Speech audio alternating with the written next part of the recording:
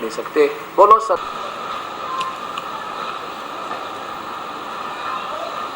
जैसा कि कल के सत्संग में पुण्यात्मा श्याम के इसमें सत्संग सुन रहे थे कि भगवान श्री कृष्ण और भगवान श्री रामचंद्र जी, ये भगवान विष्णु के अवतार, और उनका जीवन भी कितना कष्ट में रहा, क्योंकि ये परमात्मा पाप कर्मों को नहीं काट सकते, कर्म दंड को नहीं समाप्त कर सकते, ये पाप विनाशक नहीं है, ये अंगारी नहीं है, ये बंदी छोड़ नहीं है, ये पाषाण यानी बंधनों से मुक्त करने वाले नहीं है। तीनों गुणों रजगुण ब्रह्मा, सतगुण विष्णु, तमगुण शिव जी के बारे में पवित्र गीता जी के अध्याय नंबर 7 के श्लोक नंबर 12 से लेकर 15 तक स्पष्ट प्रमाण दिया है कि तीनों गुणों की जो भक्ति करते हैं वो सफल नहीं हो सकते, बल्कि असफल हो जाते हैं। और अध्याय नंबर 15 के श्लोक नंबर 2 में लिखा है कि ये उल्टा लटका हुआ संसार रूपी वृक्ष है, इसकी तीनों गुण रूपी शाखा ये नीचे यानी पृथ्वी लोक पर यह ज्ञान बोला जा रहा था, ऊपर स्वर्ग और पाताल लोक में ये व्यवस्थित है, और यही जीव को कर्मों के बंधन में बांधने की मुख्य कारण है। कर्मानुबंधनी मूलानी, कर्मों के बंधन में बांधने की मूल है, मुख्य कारण है। देखिएगा गीता अध्याय नंबर 15 का ये सारांश है कि उल्टा लटका हुआ ये संसार रूपी वृक्ष है अर्जुन, जिसकी ऊपर को जड़ तो ये पूर्ण परमात्मा है। पूर्ण परमात्मा यानी आदि पुरुष, सबसे पहले वाले भगवान, और तना उसका अक्षर पुरुष यानी परब्रह्म है, और डार उसकी एक मोटी डार उसमें से निकलती है। तना के बाद बहुत सी डारें निकलती हैं, उनमें से एक डार समझो ये ज्योत निरंजन, ये काल अर्थात क्षर पुरुष ब्रह्म है। और ब्रह्म से फिर 3 शाखाएं निकली हैं, तीनों गुण रूपी शाखा, रजगुण ब्रह्मा, सतगुण विष्णु, तमगुण शिव जी, ये शाखा है। अध्याय नंबर 15 के श्लोक नंबर 1 में ये बताया है, और ये भी बताया इन दोनों श्लोकों में कि जो संत इस संसार रूपी वृक्ष को मूल से लेकर तना और डार, टहनी आदि तक, पत्तों तक बता देगा, वो समझो वेद के तात्पर्य को जानने वाला है, वो तत्वदर्शी संत है। अब देखिएगा गीता, आदरणीय गीता जी, इसके अध्याय नंबर 15 को फिर देखिए।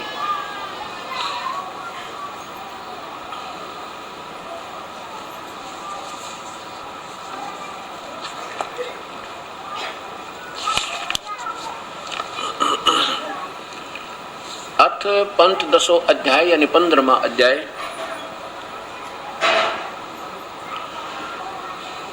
इसके प्रथम मंत्र यानी श्लोक में लिखा है, आदि पुरुष परमेश्वर मूल वाले, ऊर्ध्व मूलम अधः शाखम, ऊपर को जड़ और नीचे को शाखा वाला ये संसार रूपी वृक्ष अविनाशी कहा जाता है।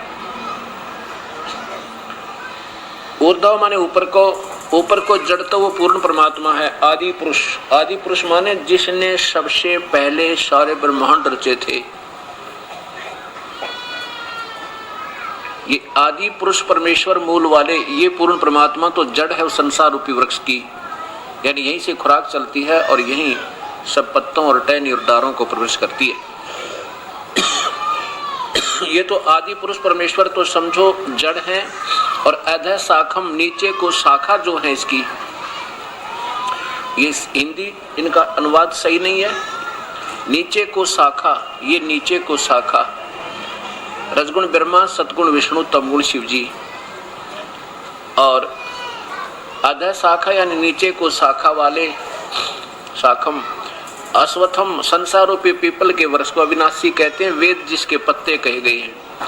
और उस संसार रूप वृक्ष को जो संत, जो व्यक्ति मूल सहित जड़ से लेकर और नीचे तक टहनियों तक बता दे, वो समझो वेद के तात्पर्य वो तत्व से जानता है, तो वो वेदवित सह वेदवित वो वेद के तात्पर्य को सही जानता है, यानी वो सही तत्वदर्शी संत है। अब दूसरे में इसका प्रमाण दिया है कि ये इस संसार रूपी वृक्ष की तीनों गुण रूप है, रजगुण ब्रह्मा, सतगुण विष्णु, तमगुण शिव जी, तीनों गुण रूप जल से बड़ी हुई नहीं, ये इसका साधारण अर्थ बताया। विषय प्रवाला शाखा, विषय विकारों की शाखा, ये रजगुण ब्रह्मा, सतगुण विष्णु, तमगुण शिव जी तीनों, नीचे और ऊपर, नीचे यानी पृथ्वी लोक से नीचे पाताल लोक है, पाताल लोक में नीचे और ऊपर स्वर्ग लोक तक इनकी दौड़ है। बस क्योंकि पृथ्वी लोक पर यह ज्ञान बोला जा रहा था, ये साथ में ब्रह्मांड देखिए। अब ये ज्ञान यहाँ बोला जा रहा था गीता का, श्री कृष्ण में प्रवेश करके ब्रह्म द्वारा, इस ज्योति निरंजन काल के द्वारा। और ये कहता है कि ये तीनों गुणों की, इन ब्रह्मा विष्णु महेश की रेंज पहुंच स्वर्ग और नीचे पाताल, ऊपर स्वर्ग, इन तक है। और यही कर्मों के बंधन में इस जीव को कर्मों के बंधन में बांधने की मूल कारण है, यही इनको कर्मों में फंसाती है। नीचे और ऊपर फैली हुई है, नीचे माने पाताल में और ऊपर स्वर्ग में, सर्वत्र नहीं है, ऊर्ध्वम बस ऊपर। और मनुष्य लोक में, इस संसार पृथ्वी लोक में, मनुष्य लोक में कर्मानुबंधनी मूलानी, कर्मों के बंधन में बांधने की ये मूल कारण है। कर्मों में यही फंसा के रखती है इस जीव को, ब्रह्मा विष्णु महेश के द्वारा ही ये जीव यहाँ बंधा रहता है।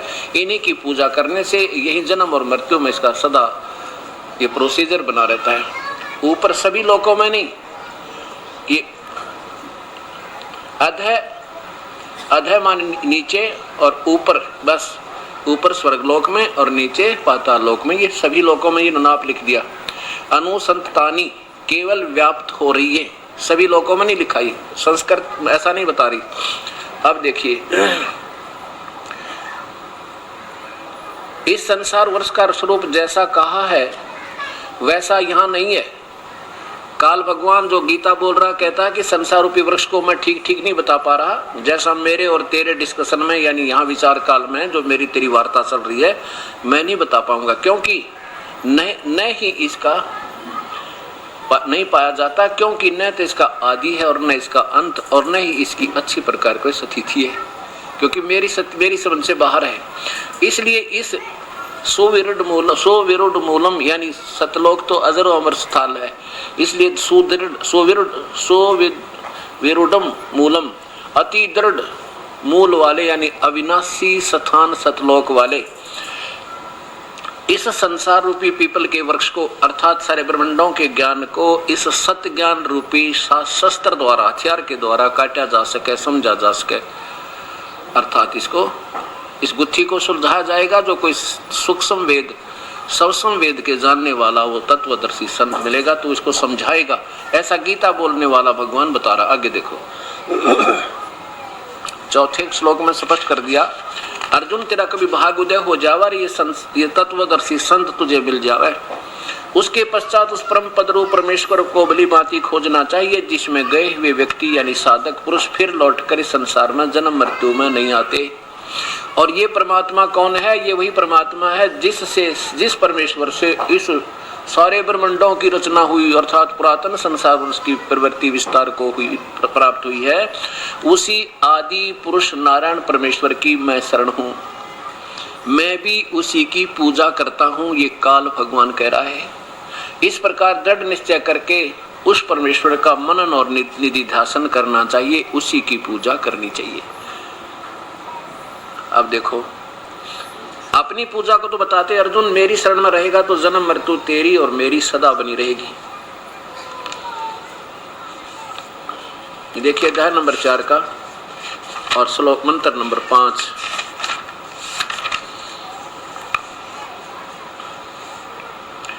हे परंतम अर्जुन, मेरे और तेरे बहुत से जन्म हो चुके हैं, उन सबको तू नहीं जानता, मैं जानता हूं, क्योंकि ये काल भी जन्म और मृत्यु के अंदर है। और चौथे अध्याय के 34वें श्लोक में कहा है कि उन तत्वदर्शी संत वेदवित जो अभी बताया आपको, उनको ढूंढ ले। उस ज्ञान को, उस परम पिता के ज्ञान को तत्वदर्शी ज्ञानियों के पास जाकर समझ, उनको भली भांति दंडवत प्रणाम करने से, उनकी सेवा करने से और कपट छोड़कर उनका सरलता पूर्वक प्रसन्न करने से परमात्म तत्व को भली भांति जानने वाले ज्ञानी महात्मा तत्व ज्ञान का उपदेश करेंगे। तुझे इस तत्व ज्ञान का उपदेश करेंगे। अब आप कहता कि मैं नहीं जानता उस परम पिता के पूर्ण ज्ञान को, वो तो वो संत हैं और मैं भी उसी के अधीन हूं, उस परम पिता के। अब ये अपने 15वें अध्याय के श्लोक सुने, और कि ये कर्मों के बंधन में बांधने की ये ब्रह्मा विष्णु महेश मुख्य कारण है। ये तो काल ने, ब्रह्म ने अपने सिर से बला टाल के और इन ब्रह्मा विष्णु महेश के ऊपर सौंप दी। और जबकि 7वें अध्याय के 12वें श्लोक में ये काल गीता बोलने वाला स्वयं कहता है कि ये जो रजगुण ब्रह्मा से और तमगुण विष्णु से जो कुछ भी हो रहा, तमगुण शिव जी से और सतगुण विष्णु से जो कुछ भी हो रहा है, यानी इनसे सतीथि उत्पत्ति और संहार जो हो रहा है, इसका निमित्त मैं ही हूँ, मैं ही इसका निमित्त हूँ। यानी इसको 1 लाख जीव काल में रोज खाने पड़ते हैं और इन तीनों से ये सब कार्य करवाता है। अध्याय नंबर 7 का मंत्र नंबर 12। और भी जो सतगुण से उत्पन्न होने वाले भाव हैं और रजगुण तथा तमोगुण से उत्पन्न होने वाले भाव हैं, उन सबको मुझसे ही होने वाले ऐसा जान, परंतु वास्तव में उनमें मैं और वे मुझ में नहीं है। अभी काल कितना सियाना है, यहाँ तो कह रहा है कि मैं जो कुछ भी रजगुण ब्रह्मा से जीवों की उत्पत्ति यानी विषय वासना प्रेरित करके और विष्णु जी से सखी थी, एक दूसरे में मोह ममता रख कर यहाँ अंतिम श्वास तक रखे रहे, यहाँ से मन ना हटाए, इनको कोई और सूझ जाए नहीं, केवल अपनी संतान और संपत्ति नजर आती रहे और फिर ये यहाँ से निकल ना जावे। और भगवान शिव से संहार जो हो रहा है, कहता है वो मेरे कारण ही हो रहा है, मैं करवा रहा हूं उनसे। और वह कहता है कि कर्मों के बंधन में बांधन की ये ब्रह्मा विष्णु महेश ही मुख्य कारण है। अब फिर देखिए अध्याय नंबर 14 का 3, 4 और 5।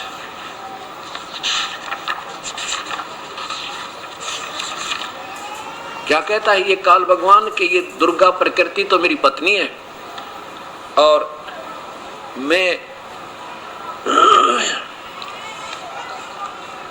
और हम दोनों के संयोग से सारे जीवों की उत्पत्ति होती है। अध्याय नंबर 4 का 14 का और मंत्र नंबर 3 से प्रारंभ करें। हे अर्जुन, मेरी महत ब्रह्म रूप मूल प्रकृति योनि सभी प्राणियों की योनि, भूतों की, भूत मन प्राणियों की योनि अर्थात गर्भाधान स्थान है और मैं उस योनि में चेतन समुदाय गर्भ को स्थापन करता हूँ। उस संयोग से उस जड़ चेतन के संयोग से सब प्राणियों की, भूतों की उत्पत्ति होती है। आचार्य में क्या कहा है, ये अर्जुन, नाना प्रकार की सभी योनियों में जितने मूर्तियां अर्थात शरीरधारी प्राणी उत्पन्न होते हैं, प्रकृति दुर्गा उन सब की गर्भ धारण करने वाली माता है, मैं बीज स्थापन करने वाला पिता हूँ। और हम दोनों के संयोग से 5वां देखो, हे अर्जुन, सतगुण, रजगुण और तमगुण ये प्रकृति से उत्पन्न, दुर्गा से उत्पन्न तीनों गुण अविनाशी जीव आत्मा को शरीर में बांधते हैं, कर्मों के बंधन में बांधते हैं। यहाँ भी कह दिया कि यही कर्मों के बंधन में ब्रह्मा विष्णु बांधते हैं। और आपने 15वें अध्याय के 2 श्लोक में देखा कि तीनों गुण रूपी शाखाएं विषय विकारों की ये जीवों को कर्मानुबंधनी मूलानी, कर्मों के बंधन में बांधन की मुख्य कारण है। यहाँ तो इनके सिर पर रख दिया। और 7वें अध्याय के 12वें श्लोक में कहता है कि जो कुछ भी हो रहा ना, ये मैं ही निमित्त हूँ, लेकिन मैं इनसे बाहर रहता हूँ। अब रजगुण ब्रह्मा है, सतगुण विष्णु, तमगुण शिव जी, ये फिर आपके सामने पेश किया जाएगा, तभी आपके समझ में आओगी कि वास्तव में ये तो कहानी कुछ और ही है। रजगुण ब्रह्मा है, सतगुण विष्णु है, तमगुण शिव जी, ये भी देखिएगा।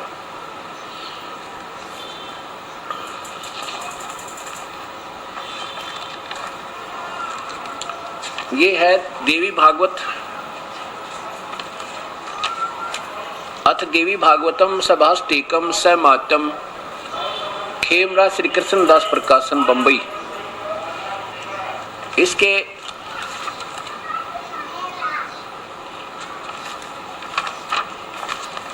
तीसरे स्कंद में आप देखिए, अथ श्रीमद् देवी भागवते भाषा टीका युक्ते तृतीय स्कंद प्रारंभते। इसके 7वें मंत्र में के बाद 8वें मंत्र में भगवान शंकर कह रहे हैं, हे माता, यदि हमारे ऊपर सदा आप दयायुक्त हो तो हमको तमोगुण में किस प्रकार प्रदान किया, ब्रह्मा रजोगुण और हरि सतोगुण। फिर संस्कार देखो, यदि यही 8वां श्लोक प्रारंभ हुआ, 7वां अंत हुआ। यदि दया धर्मना न सदाम्बिके कथम अहम विहित च तमोगुण, मुझे तमोगुण क्यों बना दिया है माता।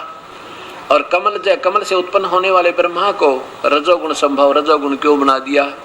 और सुहित है किमु सतोगुण हरि, और विष्णु को आपने सतोगुण क्यों बनाया, यदि आप हमारे ऊपर दयालु हैं। आप देखिए, आपके सामने ये सिद्ध हुआ कि रजगुण ब्रह्मा है, सतगुण विष्णु है, तमगुण शिव जी।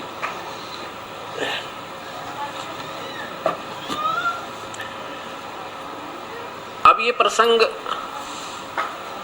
चल रहा है कि कर्म दंड को न ब्रह्मा काट सके, न विष्णु काट सके, न शिव काट सके। ये तो कर्मों के बंधन में बांधते हैं। मीन कारण तो मूल ब्रह्म है। ये ज्योत निरंजन के वश होकर ये बेचारे इस काल ने अपनी सूझबूझ से इनमें तीनों गुण प्रवेश कर दिए, क्योंकि इसने ब्रह्मलोक में एक 3 स्थान बना रखे हैं। अपने एक ब्रह्मांड में इसने एक ऐसी रचना की है, इस ज्योत निरंजन के 21 ब्रह्मांड हैं।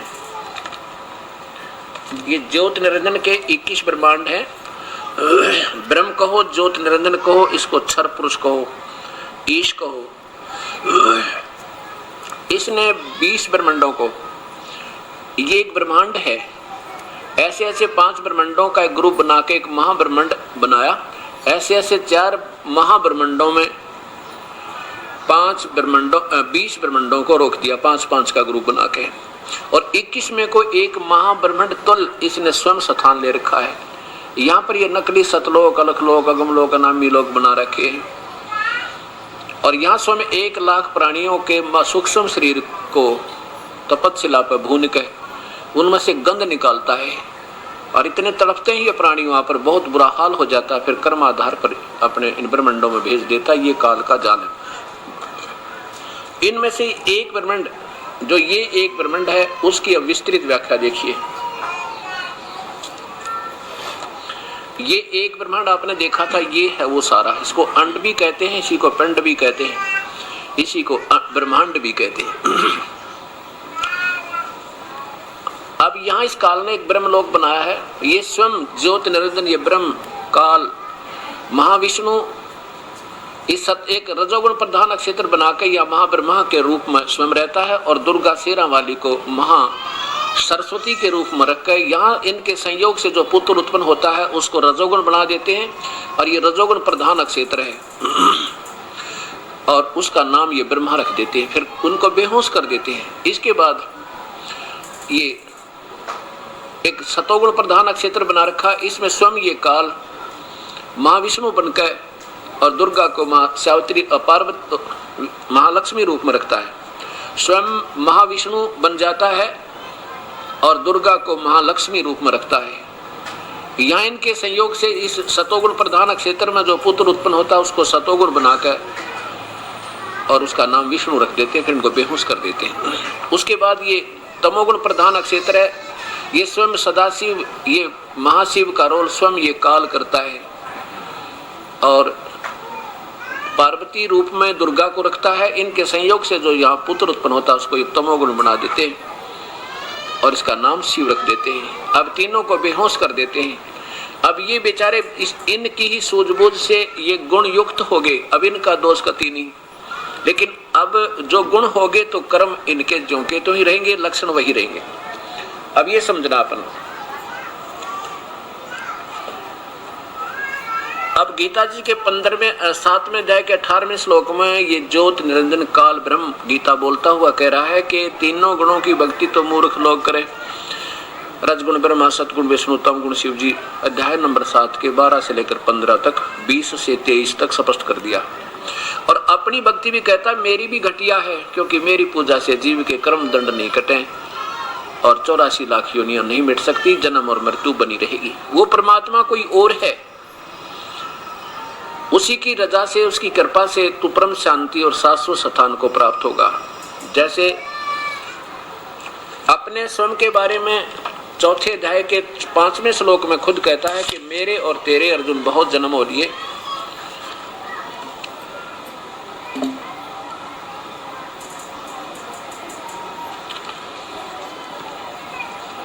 अध्याय नंबर 4 का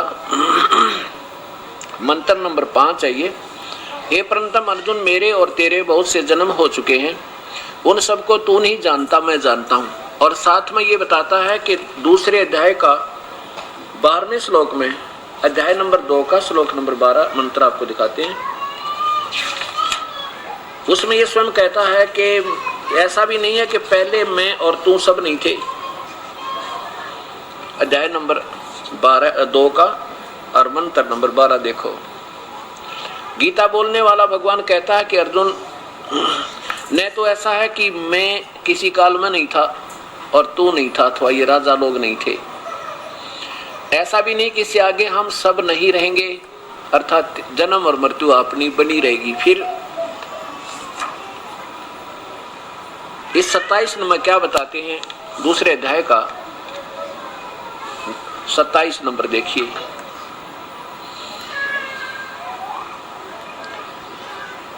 क्योंकि इसके अनुसार जन्मे हुए की मृत्यु निश्चित है और मरे हुए का जन्म निश्चित है। इससे बिना उपाय वाले विषय में तू शोक करने योग्य नहीं है।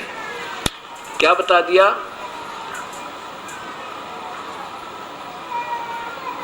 आगे फिर 28 में देखो कि जो जन्म गया उसकी मृत्यु, और मृत्यु होगी, जन्म जरूरी है। हे अर्जुन, संपूर्ण प्राणी जन्म से पहले प्रकट थे और मरने के बाद भी फिर दोबारा जन्म हो जाने वाले हैं। इसके बीच में प्रकट हैं ही, केवल इसके बीच में ही प्रकट हैं, ऐसी स्थिति क्यों शोक करना है? केवल बीच में ही प्रकट हैं, फिर ऐसा स्थिति में क्या शोक करना है? अब क्या कहा है कि हे संपूर्ण प्राणी जिनसे पहले प्रकट थे, मरने के बाद भी फिर जन्म लेंगे और अब भी प्रकट है, अर्थात ये तो जन्म मृत्यु में बने ही रहेंगे, फिर चिंता क्यों करें, कभी नहीं मिट सकती। और फिर क्या बताता है दूसरे अध्याय के 70वें श्लोक में कि नाश रहित तो उसको जान। नंबर 2, अध्याय नंबर 2 का श्लोक मंत्र नंबर 17 है। नाश रहित यानी अविनाशी तो उसको जान, जिससे यह संपूर्ण जगत दृश्यवर्ग व्याप्त है और उस अविनाशी का विनाश करने में कोई भी समर्थ नहीं है। क्या बताते हैं कि वास्तव में अविनाशी वो परमात्मा। और इसी का 15वें अध्याय का 16 और 17 श्लोक यही स्पष्ट करता है कि दो भगवान हैं अर्जुन, अपने आप को सर बताता है नाशवान और अविनाशी अक्षर पुरुष, और कहते हैं वास्तव में इन दोनों से भगवान वास्तव अविनाशी, तो इन दोनों से कोई और है। अध्याय नंबर 15 का श्लोक मंत्र नंबर देखिए 16 नीचे। द्वौ इमौ पुरुषौ लोके चर्च अक्षर एवं च, इस काल और परब्रह्म के लोकों में ये दो स्थिति है जीव की, दोनों भगवानों के लोक में। ये क्षर पुरुष, ये पुरुषौ 2 जगह लगेगा। क्षर पुरुष माने ये नाशवान भगवान ब्रह्म, अक्षर पुरुष ये परब्रह्म। इन दोनों के लोकों में ये दो नाशवान भगवान, नाशवान और अविनाशी, ये 2 भगवान हैं, 2 प्रभु हैं। इसी प्रकार इनके शरीर, इनके लोक में जितने भी इनके अंतर्गत प्राणी आते हैं, उनके जीव आत्मा तो अविनाशी ही रहती है, और सुख ये स्थूल शरीर में चाहे देव हो चाहे महादेव, ये स्वयं भी नाशवान है, ऐसा कहते हैं। आगे देखो, लेकिन तीसरा भगवान जो है इन दोनों से न्यारा, उसका शरीर भी अविनाशी, उसमें गए हुए प्राणी भी सदा अविनाशी, उनका कभी जन्म मृत्यु नहीं होगी। इस नाशवान और इस संसार में नाशवान और विनाशी भी 2 प्रकार के भगवान हैं, पुरुष माने भगवान हैं। सभी प्राणियों के शरीर नाशवान और जीव आत्मा को अविनाशी कहते हैं। इसी प्रकार ये दोष अतिथि इनके श्लोकों में जीवों की है। आगे देखिए, फिर 17वें में कहा कि उत्तम पुरुष है तो अन्य ही। उत्तम पुरुष, उत्तम भगवान, वास्तव में श्रेष्ठ सही परमात्मा तो कोई और है जो तीनों लोकों में प्रवेश करके सबका धारण पोषण करता है। वह अविनाशी परमात्मा परमेश्वर इस प्रकार कहा गया है। ओए होए, कितना स्पष्ट ज्ञान है, देखिएगा। ये है वो परमात्मा, उत्तम पुरुष तू अन्य। ये ऊपर को जड़ वाला, नीचे को शाखा वाला, ये संसार रूपी वृक्ष है अर्जुन। और यही तीनों उत्तम पुरुष तू अन्य परमात्मा इति उदारता है, जिसको भगवान कह सकते हैं वास्तव में। और यही तीनों लोकों में प्रवेश करके यह लोकतर में अविषय विभर्ती अव्यय ईश्वर है। ये तीनों लोकों में प्रवेश करके जो सबका धारण पोषण करता है वो वास्तव में मूल रूपी यानी जड़ रूपी भगवान है। वो वास्तव में अविनाशी है। अब देखो, जो तीनों लोकों में प्रवेश करके यानी इसकी पूजा करेंगे जड़ की तो पौधा प्रफुल्लित होगा और ये सब का पालन पोषण यहाँ से जाएगा। और फिर हम यहाँ पर ऊपर हैं, कहते हैं अक्षर पुरुष एक पेड़ है, निरंजन वा की डारे, ये तीनों देवा शाखा है, पाते रूप संसारी। अक्षर पुरुष एक पेड़ है, जमीन से बाहर जो दिखाई देता वृक्ष, इसको पेड़ कहते हैं। कहते हैं इसका तना तो अक्षर पुरुष है और डार उसमें से ज्योति निरंजन, ये क्षर पुरुष, ये परब्रह्म। अक्षर पुरुष तो ये तना है, ये कुछ अविनाशी है। और ये डार जो है ये नाशवान ब्रह्म है, क्षर पुरुष है। और इसके तीन पुत्र ये डार हैं, रजगुण ब्रह्मा, सदगुण विष्णु और पात रूप संसार है। अब इसको अविनाशी क्यों कहा? अविनाशी देखो, उत्तम पुरुष तो अन्य ही है, इन दोनों से भी न्यारा है, जो तीनों लोकों में प्रवेश करके सबका धारण पोषण करता अविनाशी परमेश्वर परमात्मा इस प्रकार कहा गया है। कितना स्पष्ट ज्ञान है परमेश्वर। अब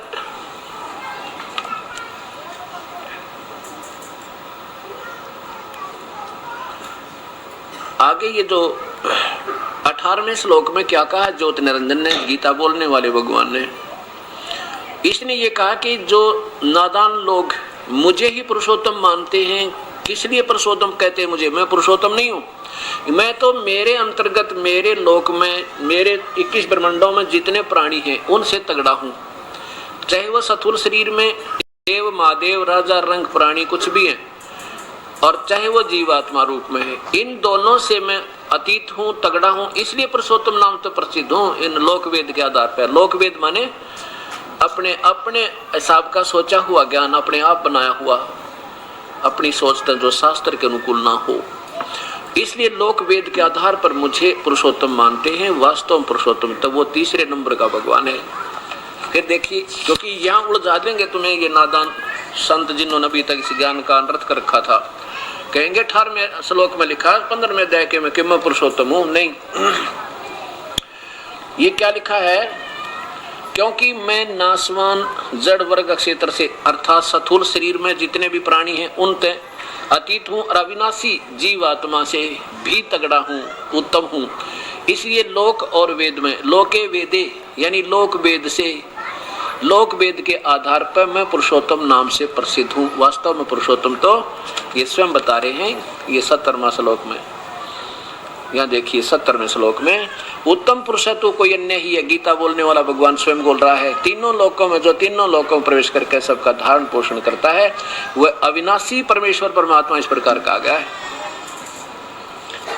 अब इसी का प्रमाण कि वो परमात्मा और है, वही पूजा के